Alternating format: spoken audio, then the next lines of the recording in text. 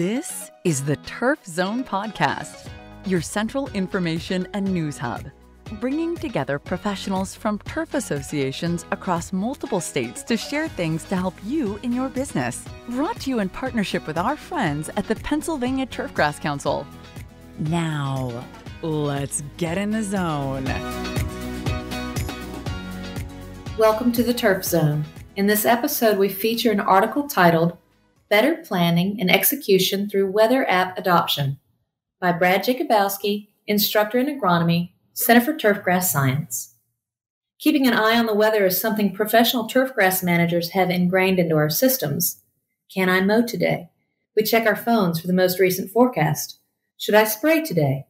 We monitor dew points, humidity, and temperatures. Will I pull the tarp prior to today's game? We study the weather radar. There is a tremendous amount of weather information out there, and nearly all of us have some form of a weather app on our phones or a link to our favorite weather website to help us make day-to-day management decisions. Let's take a journey to see what is out there and what information will help us make the best weather-based decisions possible. Which app is the best? Honestly, there's no one best app, so it's important to find an app or a number of apps that provide you the most reliable and quickly available information. Basic information that is important to have available with the least number of clicks would be high and low temperatures, including overnight lows, dew point, relative humidity, short-term weather forecasts. Intermediate information includes radar, base and composite reflectivity, satellite imagery, severe weather, especially lightning. Advanced information would be echo tops, vertically integrated liquid, digital storm accumulation, forecast discussion. Basic information. When looking for basic information, it's best to have most or all important data on the first screen or within 1 or 2 clicks from the first screen. That's often a good way to judge how well your app will benefit you over time. An example, the National Weather Service includes much of the basic data. At a glance, you can get a good idea of what is happening now and what will happen in the immediate future.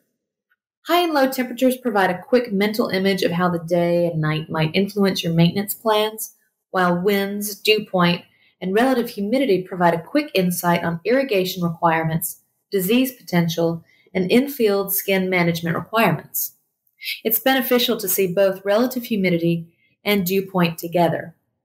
Viewing only either limits your view of the big picture. For example, a relative humidity of 65% with dew points over 70 degrees indicate that less time may be spent watering the infield skin and instead used to scout for diseases. The same relative humidity with dew points under 40 may indicate a majority of the day should be dedicated to watering the skin and irrigating. Intermediate information. When making game time decisions such as tarp pulls or field evacuations due to severe weather, radar becomes an important tool. There are numerous good weather radar apps available. Many are free. Some require an annual fee of $10 to $50. Many of the free-based apps offer expanded functionality, precision, and overall quality of information. Regardless of cost, radar app selection should prioritize the type of reflectivity the radar images are based upon. There are 2 types, base reflectivity and composite reflectivity. Each time a radar transmitter spins, it sends out a microwave sweep at different elevations to get a complete picture of all atmosphere elevations. A base reflectivity image represents only a single sweep of the radar transmitter. This means that near the transmitter, the radar sees low in the storms, and as distance increases, the beam rises and can overshoot the core of heavier precipitation. Many high-resolution, high-res, radar images feature only base reflectivity sweeps. Composite reflectivity stitches together an elevation scans in order to create an image that represents a more complete picture of an incoming storm. They're often lower resolution images and may be more pixelated. Figures 2 and 3 in our show notes are of the same storm, with the former being a base reflectivity image and the latter a composite reflectivity image.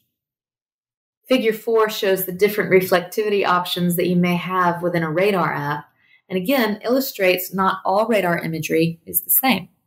So when trying to make a critical game time decision, a radar image using base reflectivity may grossly underestimate the significance of an incoming storm.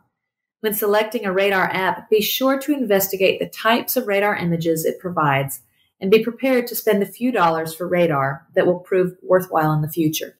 Satellite imagery. There are numerous satellite imagery options as well.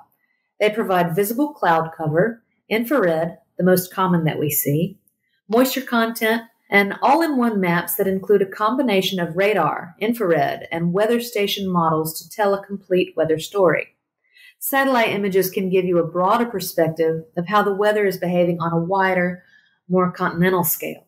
The images in loops illustrate airflow, cloud, and moisture movement, and overall dynamics of frontal systems. These large-scale images and video loops can help in longer-term planning. They can aid in project preparation and be used as a tool to help protect fields when communicating with administrators that may be considering additional unexpected events during non-use days.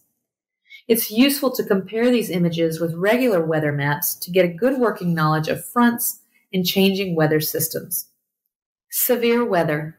Lightning is the most critical facet of severe weather for sports turf managers.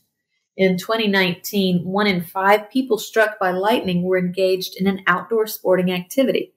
Having an app that can provide you lightning information instantly or within a click on your phone is important. The lightning information from the WeatherBug app for Figure 5 only required a short scroll down and a single click. An old AM radio is also good to have on hand as a backup lightning detector. Significant increases in crackles and static transmitted across AM radio bands are dependable indicators of lightning activity in the area. Old school. Advanced information. As we work towards becoming more proficient with understanding weather and being able to make better weather-based decisions, we find more advanced tools to help us. Echo tops or cloud height is another function to help us assess the intensity of an oncoming storm. An echo top measures the overall height of a storm, which is an indicator of the strength of storm updrafts. Stronger updrafts make convective winds gust and large hail more likely. When several storms are on radar, the Echo Tops tool can point out more severe storms and the direction they are traveling. See Figure 6. This can be valuable information to report to the front office when asked about making a call on a game or whether the conditions will be safe to conduct a last-minute tarp pull. Another tool to assess the strength of a storm is vertically integrated liquid, VIL. The VIL index measures how much water is being transported vertically throughout a storm cloud and is another indicator of a storm's updraft strength. Taller updrafts tend to have higher values of VIL and are more likely to produce hail. One more tool that can be used to help determine the total accumulation of a precipitation event is digital storm accumulation. By allowing you to assess discrete accumulations over short periods of time, this tool may help you determine whether or not to pull a field cover for a particular rain event, saving time and energy that could be used elsewhere and avoid unnecessary delays. This tool may also aid in determining the potential of a flash flood event in your area. In summary, technological advancements afford us incredibly convenient tools and information apps that support worker and clientele safety while improving our maintenance, irrigation, pest management, and playability decision-making. Take advantage of this opportunity by investing in these different apps and functions. Poll your colleagues, service providers, and blogs or forums to best experiment and discover what works best for you and your facility.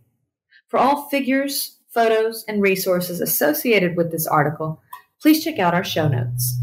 Don't miss an episode. Subscribe at Apple Podcasts, Spotify, or wherever you get your podcasts. You can also visit us at theturfzone.com. You've been listening to The Turf Zone. For more episodes of The Turf Zone, visit theturfzone.com and subscribe on Apple Podcast, Stitcher, or your favorite podcast app.